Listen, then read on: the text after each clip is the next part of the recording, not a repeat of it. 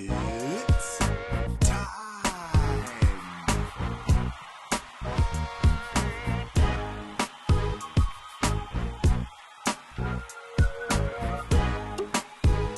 Happy 2013. It is Verbal Tap, episode 6. I'm on the line with Raf Esparza. Raf, how are you doing? I'm doing very well. Thank you for asking. How are you doing? I'm doing great. Did you have a Happy New Year? No. Okay, moving on. We have a lot of fight news to talk about. We have been on break for a little while, so we're going to rapid fire through this episode, try and move things on a little bit crisper, and cover the 27 topics that we've talked about via Facebook chat. Raf, are you ready to get started? Of course. Now the question is, are you ready to get started? Some people who are listening probably don't know this. Kevin has been deathly sick for the past, 2 weeks now? Just horribly ill, and I actually have a funny story that kind of ends my sickness. Yeah, I got really bad bronchitis from my niece and nephew. Parents, just their immune systems must be made of absolute granite. The fact that they're not always at the hospital. It's really shocking to me how they survive children. So as I'm leaving, I get really ill. Raf was kind enough to hold off. That's why we didn't come back for the last UFC fight, the Velasquez JSD. On Thursday, I had a complete physical, and I went in. I'm still on some prednisone from the bronchitis. They rushed me through, did the blood, did the flu shot before they had asked. So the doctor comes in, and I look like I had just gotten done insulting Anderson Silva's family. My eyes are bloodshot. I'm like wobbly. For some reason, I'm still in my fight shorts. It doesn't even make sense at the doctor's office. And the doctor told me they accidentally mildly poisoned me. That they're not supposed to take blood. So, every day's a struggle sometimes. And that was how I spent my Thursday and Friday. They did, however, go get me Chipotle and a carton of orange juice. That's really sweet of them. It was the worst. I felt like, it was really bad. I was like, thank you. This is a perfect end to this whole flu bronchitis fiasco. But I'm here. I'm strong-ish. I'm almost there. I've made it through the side to 2013. And that gets us started. Raph, what was your favorite moment of 2012, mixed martial arts? If you had to pick something to celebrate over the year. I don't know. I think, a couple of nice moments. Probably, I think we're probably in agreement on this one. I think one of them was getting Silva and Sonnen. Their rematch was fun to watch. Yeah. Just because there had been so much hype to the idea that, reminding people that Chael might have a chance to beat Anderson Silva. It was a cool moment in sports. It's, you remember the Ali versus Frazier moments, and I think that fight's going to stand out because they had such a great first fight. Yeah. They really did. They showed sort of the unbelievable endurance and strength and change of pace that MMA can give you that isn't present in a lot of sports. That's the cool thing of one-on-one. And that was mine. That was it. The Silva Sonnen 2 knockout. Man, that was great. Just after all that heated waiting is what I'm calling it. It wasn't even, there was so much time that it was just a great waiting moment. The other one I had was GSP coming back. I think was really cool. So he gets a nice Kevin shout out over 2012. It was a great fight with Carlos Condit too. Yeah, he just came back in really good fashion. So I would say those are a few of our. Yeah, go ahead. The other one probably for me is there should just be an honorary Joe Lauzon mention just for putting in two really solid fights. Against Lauzon and Varner had a really good fight. We'll talk a little bit more about that one as well. But you missed Joe Lauzon at UFC 155 essentially looking like a cast extra on The Walking Dead. Oh. He was just... It was tough for the people around me to watch. And I think afterwards he had even commented and said that he is very aware of the possibility of brain damage happening to him just because of how many shots he absorbed and all of that. But I mean, just a tough fighter. I don't know where he gets it from, man.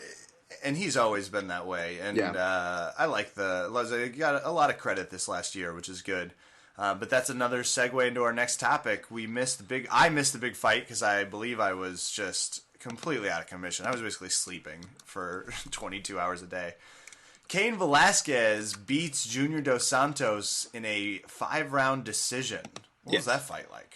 It was not that exciting.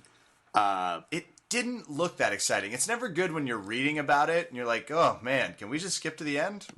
Does someone kick someone? Like, what are we doing?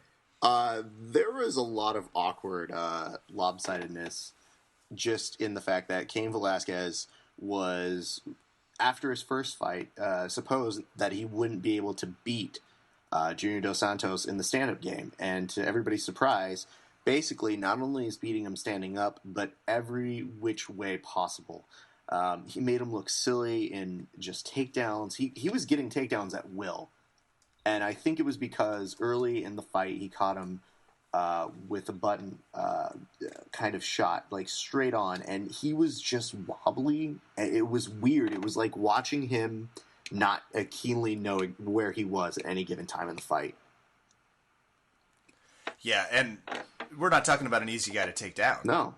And I mean, I was watching with somebody who was saying it's about time they've exposed Junior Dos Santos for kind of the paper champ, or like, some kind of comment like that. But I was like, first fight, he was good, it was fine, but I think their argument was that he just hadn't been tested like this. And going into the second round, he definitely was tested, and you have to respect the fact that he was still up that entire time. But I was surprised it went 5 rounds with these two fighters. I really would have put genuine money on it being a 3rd round type of fight. But when by the end of the fight you kind of look like Sloth from the Goonies, you can tell it's been a one-sided. They didn't start out as runway models, but I'm with you. I get what you're saying. And hey, do you want to ask me why I didn't see any highlights from it? Please, why? Because the UFC won't do them. Because they still, to this day, in the 21st century, with YouTube sensations actually being a career, they don't do highlights. They don't do highlight videos. They're certainly not going to post them. Not going to send them to ESPN. Why would they? That might attract new people to the sport that otherwise didn't get to see it, and it might also reward their fans a little bit that are suffering from 101 temperatures. Still won't do it. Well, okay. Sorry, makes me furious every time I have a fight. But you're telling me that you were so sick that you couldn't even turn on the TV and order a pay-per-view. Absolutely not what I'm telling you. What I'm telling you was I was so sick I didn't want to shell out that money for what I was pretty sure was going to be not a fun card to watch. Then that's your fault. No. They could do a slight highlight package for their fans. And second, so you want them to send you like a DVD highlight package? If they want to start local, that's fine. They can start very personal. Send me one just in the mail. Kevin, how are these looking? I would be happy to reply. But they should do something. And anything else on that card, all that noteworthy? You mentioned Lozon. People did say there were some good fights, but otherwise it just seemed like a nice. No one's really paying attention because it's the holidays fight card. It was awkward. There were some weird kind of things that happened, I guess, during the fight. One of the best things was apparently somebody scored the Jamie Varner-Melvin Garrard fight. 27-30 in favor of Gillard, and Joe Rogan at the end of it was just like, you know what? Whoever scored that deserves not to be doing any more forms of scoring and judging. I like it when they actually take a little feistiness. I like it when they do it in other sports. Commentators should feel a little bit more freedom to make those comments. I mean, Joe Rogan knows what he's talking about. Hold on. I want to take a moment to actually... I had to verify this. Okay. December 29th, Saturday. I didn't want to give away who was winning or who was losing. So I basically just said, remember that time Lazon got punched into looking like Deadpool? You said yes. I responded with, well, this is interesting, because I didn't want to give away the fight if you weren't watching it. You responded with, I'm so drunk. Who's winning? Yeah, I actually do remember now what's going on the 29th. So my parents were having a New Year's party. Okay. Except on a Saturday, and I was not feeling well. So I had tried to do some shots to try and just whiskey Irish it out. and ended up just mixing with the meds and nearly putting myself into a coma. So I was, at that point, still coherent enough, it sounds like, to barely text.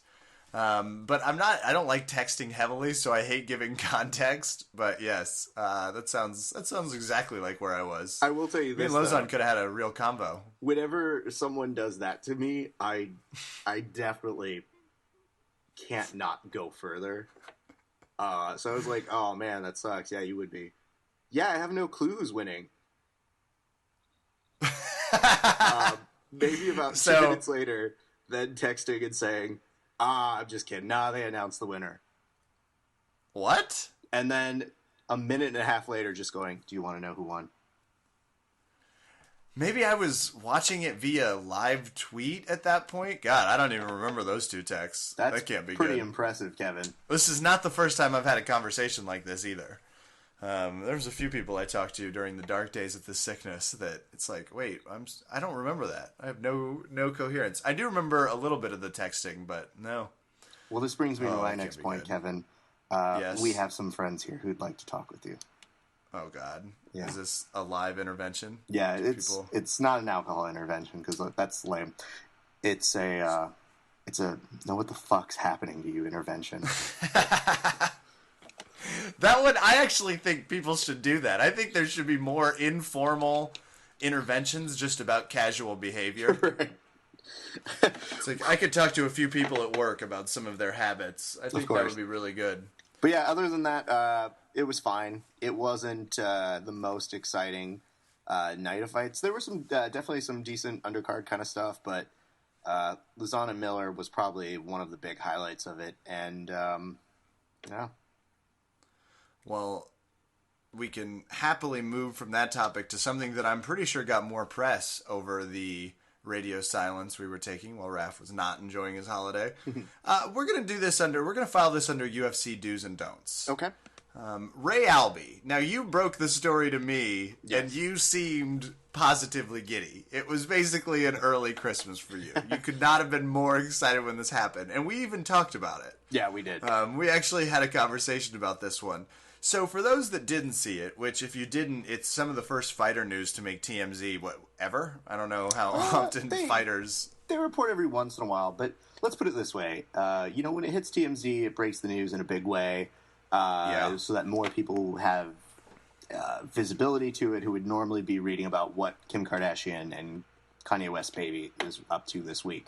But this was great because I had a coworker who just came up to me and goes, "Oh, hey, Raph, you're the MMA guy, right?" And I go, "Yeah."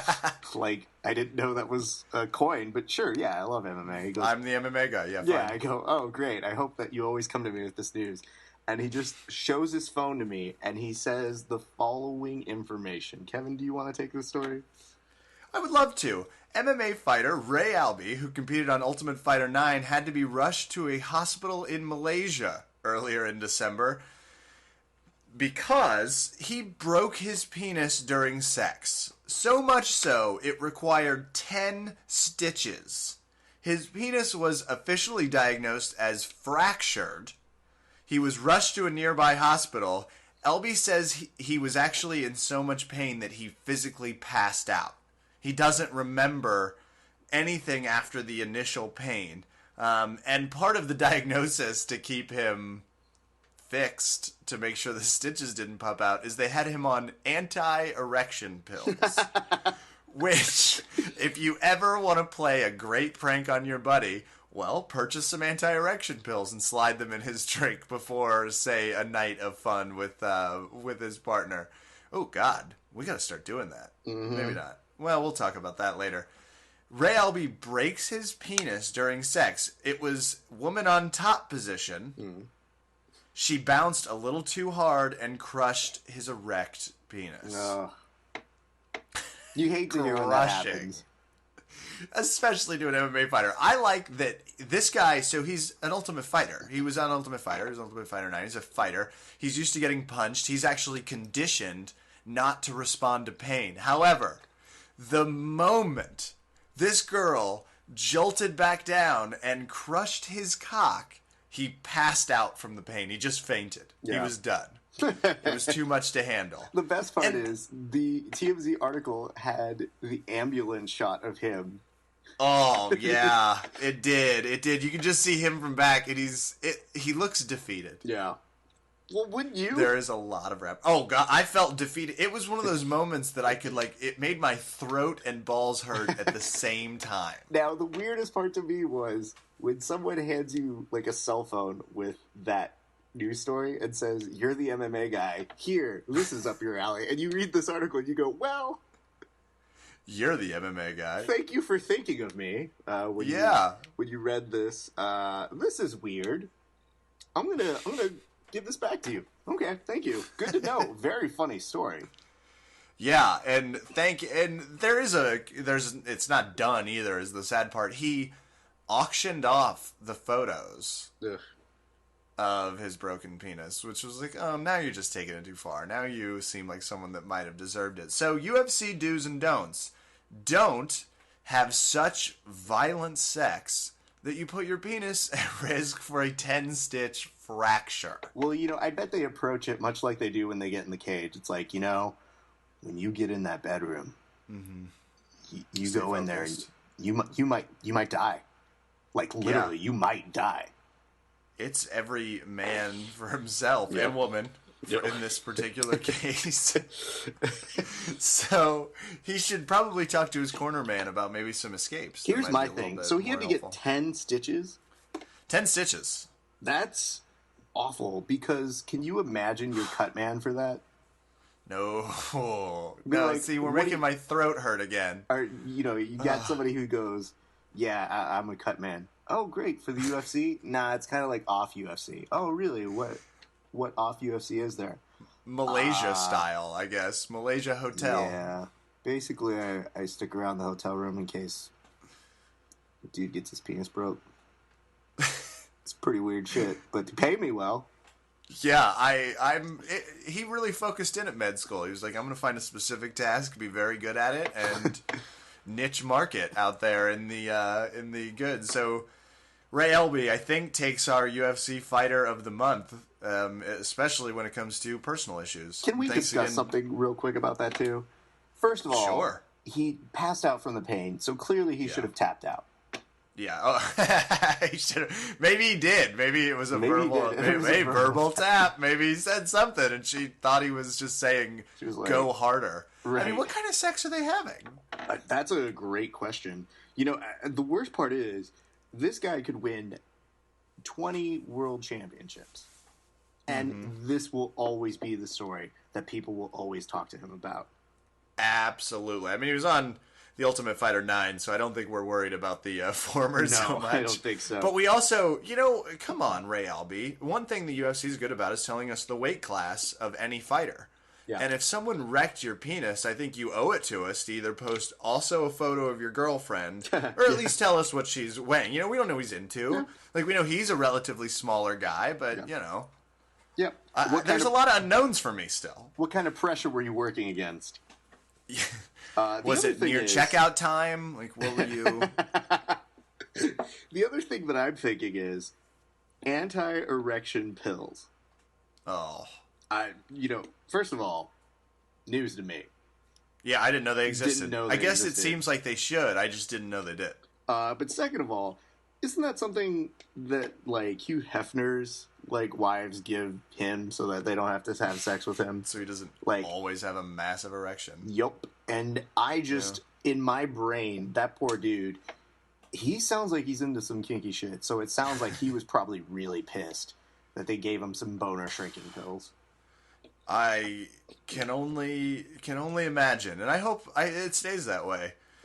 Agreed. Nice job, Ray Elbe. So let's move on because I really, throat hurts. Bellator 360. You sent me a text saying, "Ooh, Bellator 360," and I replied having no clue what you were talking about. Yes. Then I saw it the other night on Spike, and now I'm addicted. Great fights. Yep. Unbelievable fights. Did you catch any of it? Nope. So they were doing something a little cool, and they took out all of the non-action parts. So I will say, it's got a little bit of a handicap next to it. Okay. They basically just cut down these, a small tournament and showed you the preliminary rounds. It's kind of like a more like a basketball type tournament with semifinals and things. Yeah. And unbelievable action, just guys going as hard as they could, really looking for the knockout. And I think the tournament angle adds it because, if you knock someone out in the second round, well, that's a whole round you don't have to fight. Yeah. And, you're a little bit more fresh. But the fights I watched, they also cut out all of the middle ring stuff, so it was just round 1, boom, round 2, boom, round 3. You just kept going. Not a lot of in-between. They just cut to a different fight. I loved it. I had a ton of fun watching Bellator 360, and they'll have my attention. So if you haven't, go watch it. Now, Bellator in. What would you say is, like, for people who probably haven't seen it, because I'm assuming most people haven't seen it. Okay. I just have it on the DVR. I haven't had a chance to watch it yet, but, like, what is the most appealing aspect of it to you? Like, what makes it that much different than everything else you're watching? It's not, and I guess I shouldn't get too crazy, because it's comparable to some really good UFC fights you'll see. Okay. So that's basically what I loved about it. One, the action was just a lot more rapid, which is always good when you're just kind of getting into the fighting game, fighting spirit from a viewing perspective. The production's not quite there, obviously. They're still working on that, but I just loved it because there's something about watching fighters that aren't as polished and watching a production that's not as polished that just makes it feel a little bit more real, right? You don't always want to see a stand-up comedian in a theater built for 250. Sometimes you want to see him in a smoky 80-person bar that obviously has been long since its last inspection. And it kind of has a little bit more of that feel to it. Like you show up at a bar and just see two guys that are just ready to tear each other's heads off. So I think that's what I liked, and the energy and fights were just good. The fights were all good. That's awesome, man. None of them were boring. None of them took any breaks. Yeah, they just went balls to the wall pretty much the entire time. What we might do is we might do like a special segment next time, just because we have so much shit we have to talk about today. But one of these podcasts, maybe we'll just do a special in focus thing about Bellator. I think it's a good idea. We'll put that on the Drive suggestion box. Yep. So suggestion box. Set Bellator 360 on your DVRs, people. Now let's move to fight predictions for the big thing. We're going to do this a little faster. Not get quite into the down cards. You and I really enjoy making fun of fighters no one's ever heard of, which is always, good, but maybe not the best listening experience. So let's just try it a little different. Yep. People let us know what you think via Twitter. You can get us at Verbal Tap Cast. That's where you can find us on Twitter. Verbal Tap Cast. Correct. UFC on Fox. Fight number 1. I always like it when they have the Facebook banner behind it. Trinaldo versus Keith. Trinaldo's a much better last name. Couldn't agree more. And Keith's not pictured, so Trinaldo for both of us. Wait, Barboza. This is, I think, a requirement. If you're on Facebook as the Facebook preliminary card, you should probably also be on Facebook so we can find you. Because if we can't find damn you there, it! Come on, you're only proving my point. You remember, like 3 podcasts ago, I was like, "Really? We can't get these guys pictured?" No. Even for the Facebook one, that's an even better point. Like, there's no cool picture of him with like his girlfriend from 2005 or dressed up like Halloween. Come on, Facebook alone. Facebook, if you're gonna pay for this, like at least put a picture up. God, that's a good point. I didn't even think about the Facebook implications. Thank you. And next we move to the television studio that I've heard on good authority hates Rafa Esparza. Fuel TV hosts Barboza versus Martins. I'll go with Barboza.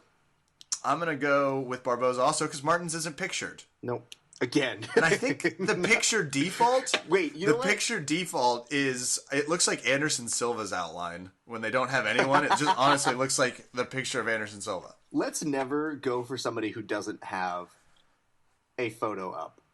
Agreed. Lock it in. Gentleman's rule. Nunez versus Lentz. Nunez looks like a fighter, and Lentz looks like a wrestler. So, fighter. Okay. I'm going to go with Nunez also, because he's got this eyebrow thing. Next fight.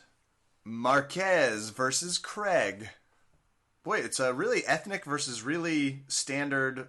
not ethnic last name week on the UFC. Marquez versus Craig. I'm going to go with Craig. Okay. He has some dreads. I'm sticking with the ethnic name, so I'll go Marquez. Or cool. if it's Craig just Marks. I don't even know if you're saying that right. Yeah, it might be Marks. I hope it's Marquez. It's probably Marks versus Craig. Thanks for calling me out, Raph. People were like, oh yeah, Marquez. Sounds good. Castro versus Vieira. Castro's hair, I will warn you, has been dyed blonde. No. I don't know if that impacts your decision. I don't like Vieira as the last name, but I also don't like Castro. I was going to say, I think Vieira is the lesser of two evils in the last name. And who the shit names their kid Godofredo? That's well, now I'm starting to feel bad for him because I just imagine all the years, but that's why he became a fighter. So I think things have worked out okay for him. So you're going with Vieira, Meredith Vieira. Okay, I'm going to go with Vieira too, but Castro does look violent. Tavares versus Nurmagomedov. Well, jeez. Well, Tavares is my clear pick, just so I never have to say that name again. Yeah, Tavares definitely. I mean, first of all, first name is Khabib, so props to you. But the second name sounds like an ice skater name, and that just they won something. I can't deal with it. So you're with me. You're going with I'll go Tavares. All right, Gonzaga versus Rothwell, and I'm going to go ahead and give an early award of the night. Ugliest competitor goes to Rothwell. Two of them are unpictured, mind you. I'm still sure Rothwell will win Ugliest Fighter award.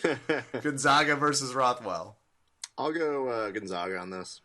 I'm going to go with Rothwell just because now that I've insulted his looks so directly, I really want to, pay him a little bit of a compliment. I'm pretty sure, though, that Rothwell's a guy who would probably look at you and go, yeah, you're right. Yeah, I don't think he thinks he's Robert Pattinson. Serafian versus Dalloway. This is tough. I really don't know Serafian, and I don't really like Dalloway. I don't like... I'm going to go with Dalloway, just because it sounds like you're about to go with Serafian. Ooh, maybe I just wanted you to think that. Oh, are you in my head? That's right. But you know what? I actually am because I don't like CV Dalloway. Oh, nice. Reverse getting in my head. Yep. Belfort versus Bisping. And let's just remind the audience, Bisping is one of the top 5 most paid fighters in the MMA industry. Is there an easier way for both of us to just agree who we want to win on this one? I don't think that there's going to be any delineation. I think it's safe to say we are both going for Vitor. Oh, obviously. Yeah, I'm a huge Vitor Belfort fan. How can you not be after he nearly broke John Jones' arm? Exactly.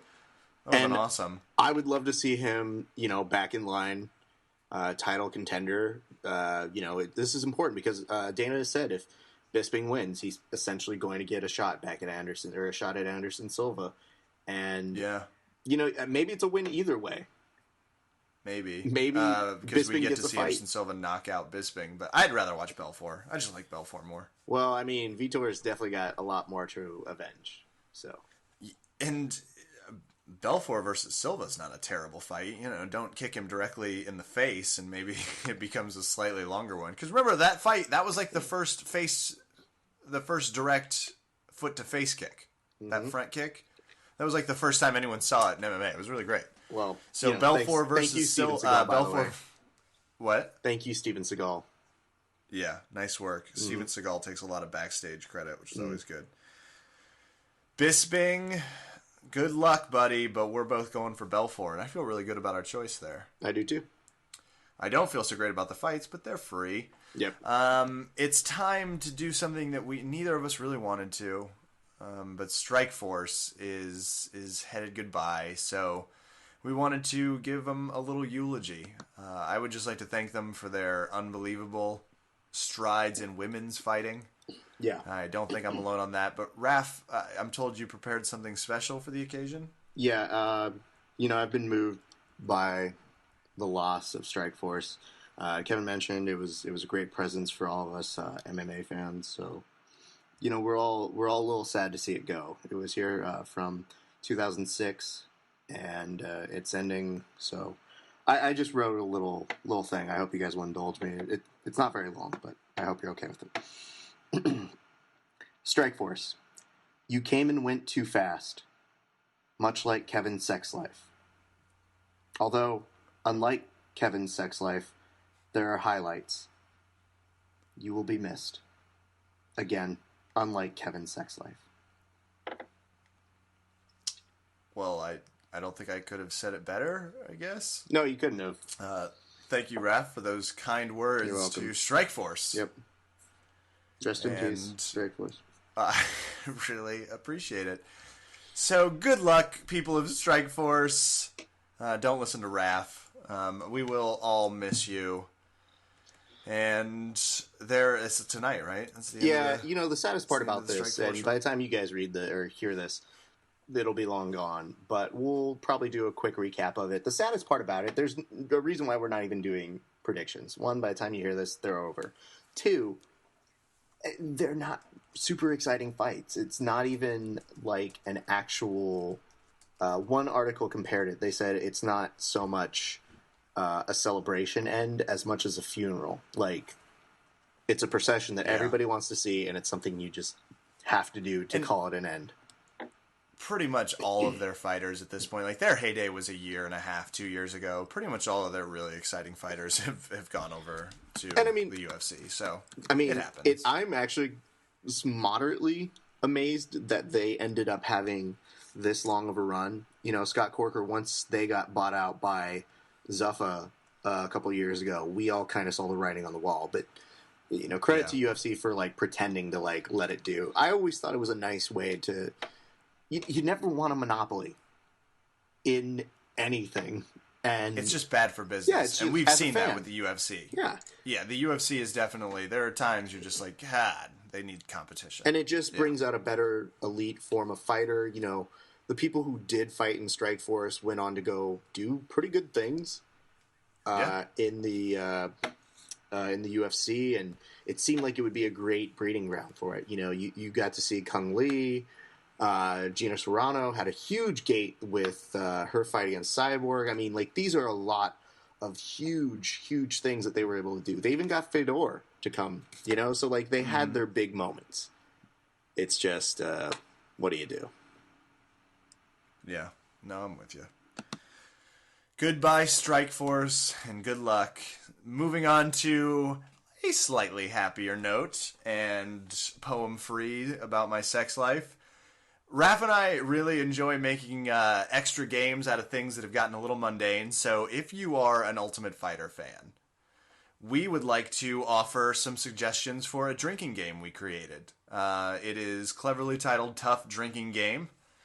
And I think we're ready to give you some of the rules, some of the suggestions. Feel free to tweet us other ideas, because we can change it. It's a long season. We can add and take away. I think the first one you have to start with, one drink if a fighter mentions missing home. Yeah, that's the worst. Separately, and this is something you and I always talk about, the house is like 6 weeks, by the way, people. It's a month and a half. It's not even as long as boot camp. So it's just to give you some context. So I think you should also take a drink every time someone says how hard it is to be away from all of their loved ones. Now, see, here's the thing. I can be okay with someone mentioning, it's fine. You miss home. Whatever. You can say it. But when you get into the description of how hard it is to be away from home, you're just a giant pussy. Oh, yeah. Is it difficult living out your dream on national television when you only have to your job is to wake up, go train MMA, which you say you want to do forever, and then go home and take a nap for 4 hours with your Las Vegas pad that's completely rent-free while you're getting paid, and you have that unbelievable pool. Oh, and people will just bring you your groceries? Tell us more about this struggle that you're taking on. Yeah, I'm completely with you. Pisses me off every time. It's like, I'll trade with you. If it's too hard, I'm happy to trade. Right. Yeah. Next, screaming match over food issues specifically. Yep. One drink. I think that is because there's always some issues. People don't like their kitchens being messed with. No. You had a suggestion. What was the one? The one I've got right here. If somebody misses weight during a weigh-in, take 2 drinks because they can't. Oh, that's a good one. A little sympathy mixed in. Yeah. And people will miss weight. Always. There will be a few weight missings. One of the best weight missings ever in the history of The Ultimate Fighter, Gabe Rudiger losing to Cake. It's just him trying to lose that weight in one of those the trash bag kind of things, get-ups, just hysterically funny, like passing out a triple, like, I don't want to. Like, I would have killed the whole bottle just doing that section. But yeah, definitely. I have one that I really enjoy. If someone starts scream crying, take 4 drinks. Whoa. Now, what does scream crying mean? Scream crying is, so a lot of these fighters aren't trained to deal with their emotions sometimes. And they get a little drunk or a little sad or a little angry or they lose or a little about. Some of them are, just own it. They're like, it's really touching. It's bad. Those are warrior tears, which are also 4 drinks, but we'll get to those in a second. This one's specific to that time when they start crying and they don't know how to stop showing that they're crying. So they just start yelling and really getting flustered, and it just comes out like I just wanted to win this. I just wanted to win this for people. It's so hard, They just really start digging in, and that's you. Also, see, rage crying is another way to probably say it. So sometimes I think it's very close to like when you take away a toy from a child. Mm-hmm. And they don't know exactly how to form their words, but they really want to show they're angry about it. So it's just kind of similar. Like, I can't believe it. I want to win so bad. It's my favorite. Like, I will literally just laugh off the couch when they really get into it. Warrior tears, which is when they keep their composure, but let some tears slide down, take 4 drinks, just as a recognition. Yep. And the anytime Dana grins, that was yours, which is pretty good. I think 2-3 drinks. I would say 3 to start off with. It's not often during the Ultimate Fighter. He does not grin a lot because the decisions are always awful. The fights are never that great, and he's always pretty pissy. Because I like the fact that like Dana White is essentially Bosley on Charlie's Angels and is like, "Hey, here's the mission, guys. Don't try and make me laugh because I'm just going to come here and tell you how fucked up this whole situation is. I want to make sure that you guys know you're here to train like champions. Look at these posters. Do you see them up there?" Yeah. God, you just made a great suggestion. He should do that Charlie's Angels style. Oh, definitely. He should just have the speaker so once a day he just gives them a berating. That's fantastic. That would add a whole new element of fun to the show. I just like Dana just being like, "Hello, Warriors. Hello, Dana." God, we got to write that. We got to tweet them immediately. I mean, obviously Dana's listening, but maybe he didn't make it to the 37-minute marker. And I think we can conclude with, for now, anytime Dana holds an official meeting with the fighters, like he has, one of those, Dana's going to be at the house at 7, everyone has to be in the kitchen, or something like that. I think you should just finish your drink. Yep. Because it's going to be a super boring speech, like with the one we just denoted, without any of the fun speaker antics. Yep. That's the Ultimate Fighter, the show drinking game. Tune in. It's going to be good this year. I'm actually really looking forward to it. Oh man, I can't wait. With Chael Sonnen and John Jones. I really want to see some of like what John Jones is like a lot of the time. Yeah, he's someone I'm interested to see how he teaches. I think both of them have a lot on the line. I think, Chael Sonnen definitely has the ability to show that he's not just some mouthpiece, that he's a coach, and John Jones needs to show that he's not just a great fighter, but that he's an actual human being, because that would be nice. He's taken so much bad shit over the past few months. And I just like the idea of, it seems like for the first time in a while, he has 2 fighters that both understand how important their public image is to their product. Mm-hmm. And that genuinely care and like the limelight a lot more, because he always has somebody. It's like Shane Carwin could give 2 shits about being on television. So I love that. There are certain people. I love that even this week, Dana was like, "Yeah, John Jones about that whole UFC 151 nonsense. He was being a diva. Like, didn't use any other word. Called him a diva, as if he was. He did a VH1 He did. I saw diva." That was a cover story for a little while on several websites for MMA activity, which, there should be some things that highlight some of those MMA achievements in journalism, and we're going to get to a huge upset, but you really wanted to cover the MMA Awards. Yes. So for those of you who aren't in the know, amongst the elite in MMA, the World MMA Awards celebrate the best in mixed martial arts every year. And they had some big notes. Essentially, Fighter of the Year went to John Jones. Leading Man of the Year went to Dana White. Fight of the Year, Jamie Varner and Joe Lazon from UFC on Fox number 4. But, there are some categories that I think Kevin and I were overlooked for. For example, Kevin was definitely overlooked for Ring Card Girl of the Year. I've been working out. I've been doing yoga. I mean, just to not even get nominated? Right. It hurt. It hurt. It was, I remember you told me, you were like, Raph, I'm so hurt. Yeah. I genuinely had a warrior tear. I had a warrior tear. I had a warrior tears. Getting it. I just wanted to be pretty. I don't. So, it's pure sexism is what it is. You know what? That's really what it is. That's the root of the problem. And we are here to always get at the bottom of that issue. My biggest beef. You were tragically overlooked. And I'm going to stick up for you here a little bit. Thank you. No nod for MMA Journalist of the Year. Thank you. Yeah, how many articles did you write for them over at Strikeforce MMA? It's Studio MMA. Thank you. Studio MMA. Wow, we got into the Strikeforce. Yeah, it's okay. Studio MMA. You're holding a lot of... Whom I love. A lot of love. I've written approximately 4.5 articles for Studio MMA. You could practically call you Raph the Quarterly Journalist. It's true. And Studio MMA, hey, I can't believe it. I thought you had a shot. We both did. In fact, I believe you worked on some remarks. Do you want to do a 20-second acceptance speech here on Verbal Tap for our listeners? No, I couldn't possibly. I don't know where I would just... Oh, remarks. Yeah, no, I could. Obviously, you want to do that. Yes. Please. So, here, this year's Verbal Tap MMA Quarterly Journalist of the Year, Raph Esparza. Thank you.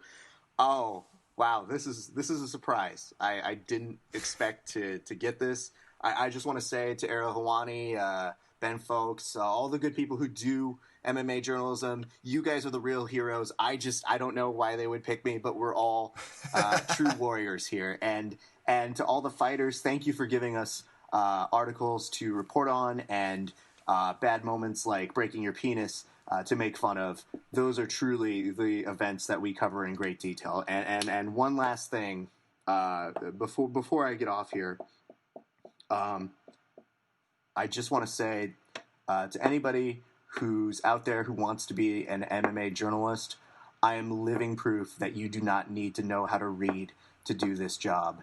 And also, please don't do this career because it's tragically time-consuming. I don't know who my family is anymore. Thank you very much, people.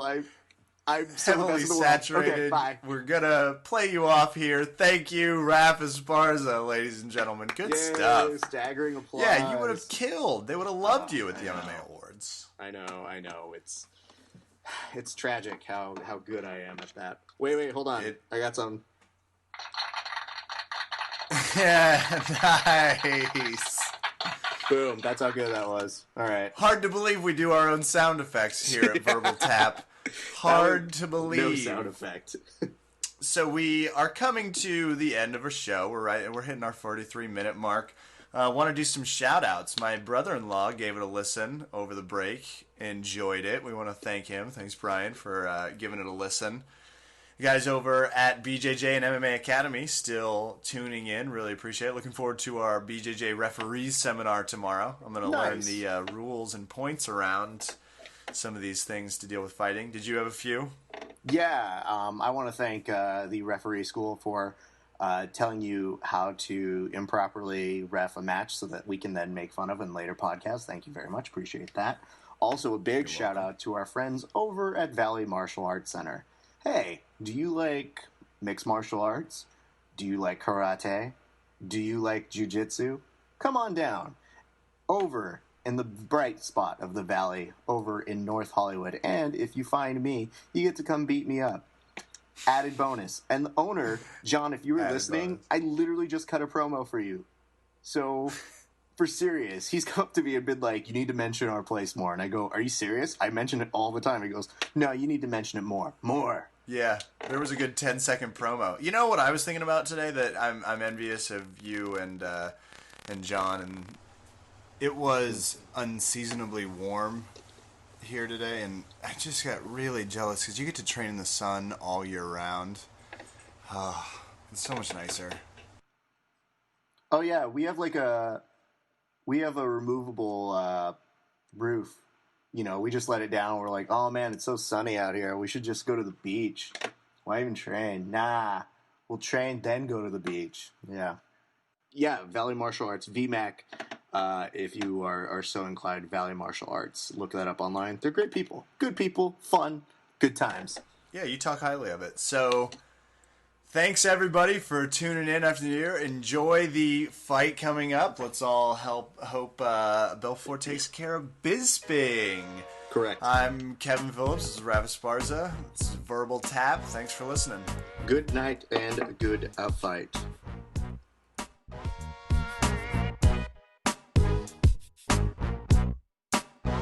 Anti-erection pills. Yup. Yeah. Anti-erection pills. Yup. Yeah. And he'll hear it. And anti-erection pills. Anti-erection pills.